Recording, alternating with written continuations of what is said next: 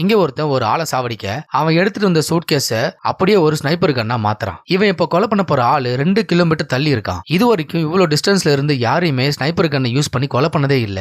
ஏன்னா அந்த டிஸ்டன்ஸ் இருந்து யாரை ஷூட் பண்ணாலும் அந்த புல்லட் 5ல இருந்து 6 செகண்டுக்கு டிராவல் ஆன அப்புறம் தான் அந்த டார்கெட் மேலேயே படும். அதுக்குள்ள அந்த டார்கெட் எஸ்கேப் ஆயிடுவாங்க. ஆனா இந்த ஸ்னைப்பர் இப்ப இவனை ஷூட் பண்ணி ஒரு வேர்ல்ட் ரெக்கார்ட் பண்ண ரெடி ஆகுறான். இப்ப புல்லட் 2 கிலோமீட்டர் டிராவல் பண்ணும்போது விண்ட கரெக்டா கால்குலேட் பண்ணலனா அது டார்கெட் மேல படாம மிஸ் ஆயிடும். அதுக்காக அவன் எடுத்துட்டு வந்த காத்தாடிய அந்த பில்டிங்க்கு வெளியே வச்சுட்டு வந்திருப்பான். இப்ப அவன் கொலை பண்ண போற ஆள் வர டைம் ஆகிட்டே இருக்கு. அதுக்குள்ள அந்த கன்னோட அக்யூரசியை செட் பண்ண அந்த பில்டிங்க மேல ஷூட் பண்றான். ஆனா அது மிஸ் ஆகுது. அதனால அக்யூரசியை கரெக்டா செட் பண்ணிட்டு திரும்பவும் ஷூட் பண்ணா அது கரெக்டா டார்கெட்ல மிஸ் பண்ணாம அடிக்குது. இப்ப அந்த ஸ்னைப்பர் எதிர்பார்த்த மாதிரியே அந்த ஆளு கார்ல இருந்து இறங்கி ஃபுல் செக்யூரிட்டியோட அந்த பில்டிங் குள்ள என்டர் ஆக போறான். அந்த டைம் காத்து வேகமா அடிக்குது. இந்த ஸ்னைப்பர் ரூம்குள்ள இருக்கிற ஸ்கிரீன் அவன் சுடுற டைம் அவனை மறைக்குது. ஆனா இந்த ஸ்னைப்பர் அவனோட கண்ட்ரோலை மிஸ் பண்ணாம கரெக்டா அவனை தலையில சுட்டே சாவடிக்கிறான். அவன் செத்ததுக்கு அப்புறம் அவனோட செக்யூரிட்டிஸ் இந்த ஸ்னைப்பர் எங்க இருந்து ஷூட் பண்றான்னு கண்டுபிடிச்சு அவனை அரெஸ்ட் பண்ண வராங்க. ஆனா அதுக்குள்ள இவன் எல்லாத்தையுமே பேக் பண்ணிட்டு அந்த ரூம்ல ஒரு பாம்பு செட் பண்ணிட்டு போயிடுறான். அப்ப அவனை பிடிக்க வர போலீஸ் பாம்பு பிளாஸ்ட் ஆகுறாங்க.